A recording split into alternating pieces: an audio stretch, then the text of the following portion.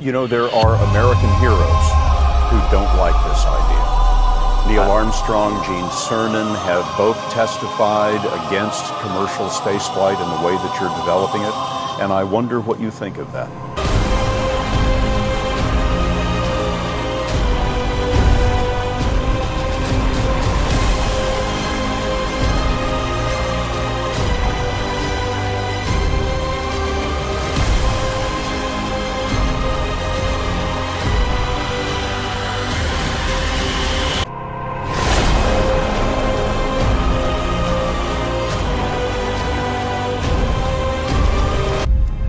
I was very sad to see that because those guys are, those guys are heroes of mine, so it's really tough. You know, I wish they would come and visit and see the hardware that we're doing here.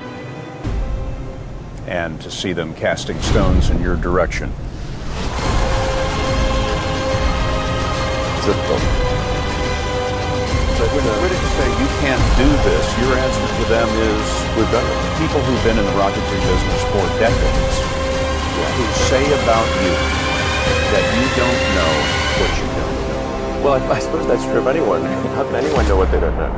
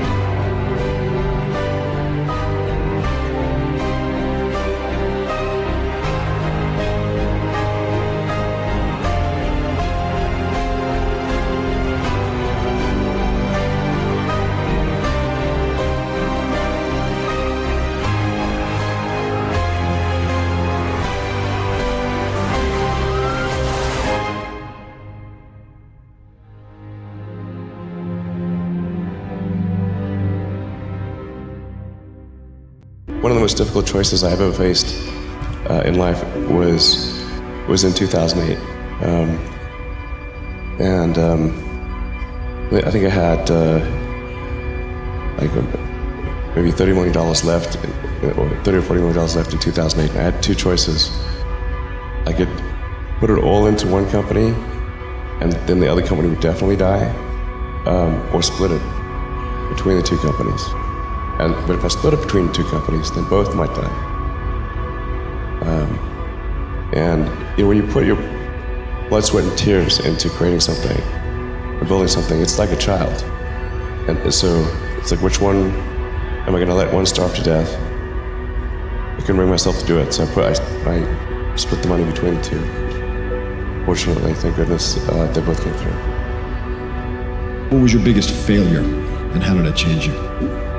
Well, there's a ton of failures along the way, that's for sure. As I said, for SpaceX, the first 3 launches failed.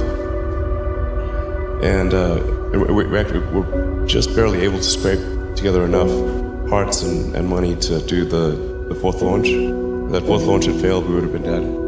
So multiple failures along the way. I tried very hard to get the right expertise in for SpaceX.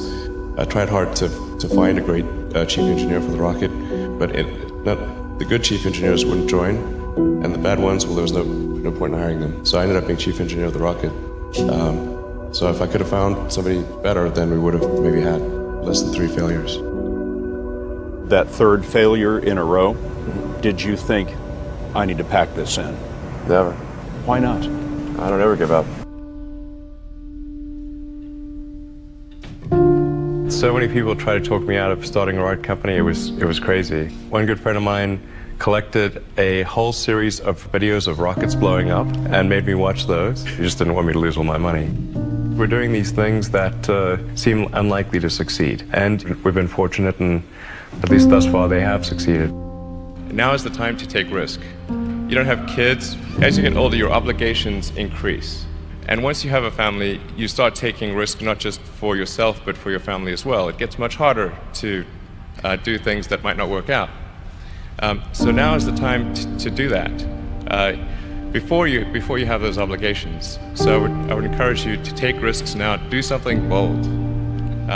You won't regret it. How did you figure you were going to start a car company and be successful at it? Well, I didn't really think Tesla would be successful. I thought we would most likely fail. But I thought that we at least could address the false perception that people had that an electric car had to be ugly and slow and boring like a golf cart. But you say you didn't expect the company to be successful, then why try? If something's important enough, you should try, even if the probable outcome is failure. Or how do you think about making a decision when everyone tells you this is a crazy idea? Or where do you get the internal strength to do that? Well, first of all, I'd say I actually think I feel fear quite strongly. So it's not as though I just have the absence of fear. I feel it quite strongly. But there are just times when something is important enough, you believe in it enough, that you do it in spite of the fear.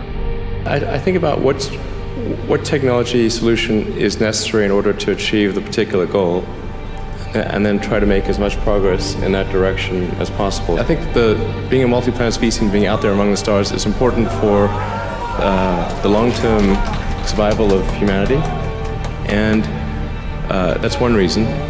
But then the part that I find personally most motivating is that it creates a sense of adventure, and it makes people excited about the future. If you consider two futures, one where we are forever confined to Earth until eventually something terrible happens, or another future where we are out there on many planets, maybe even going beyond the solar system, I think that second version is incredibly exciting and inspiring, and there need to be reasons to get up in the morning.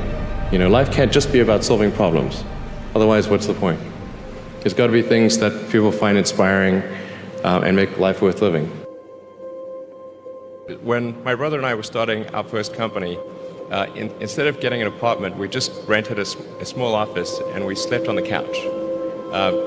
And we showered at the YMCA, and we're so hot up we had one computer, so the website was up during the day, and I was coding at night, 7 days a week, all the time. And I sort of briefly had a girlfriend in that period, and in order to be with me, she had to sleep in the office. So work hard, like every waking hour. That's the thing I would say, particularly if you're starting a company. Whatever area that you get into, given that even if you're the best, there's always a chance of failure. So I think it's important that you really like whatever you're doing. If you don't like it, life is too short. If you like what you're doing, you think about it even when you're not working. It's something that your mind is drawn to. And if you don't like it, you just really can't make it work, I think.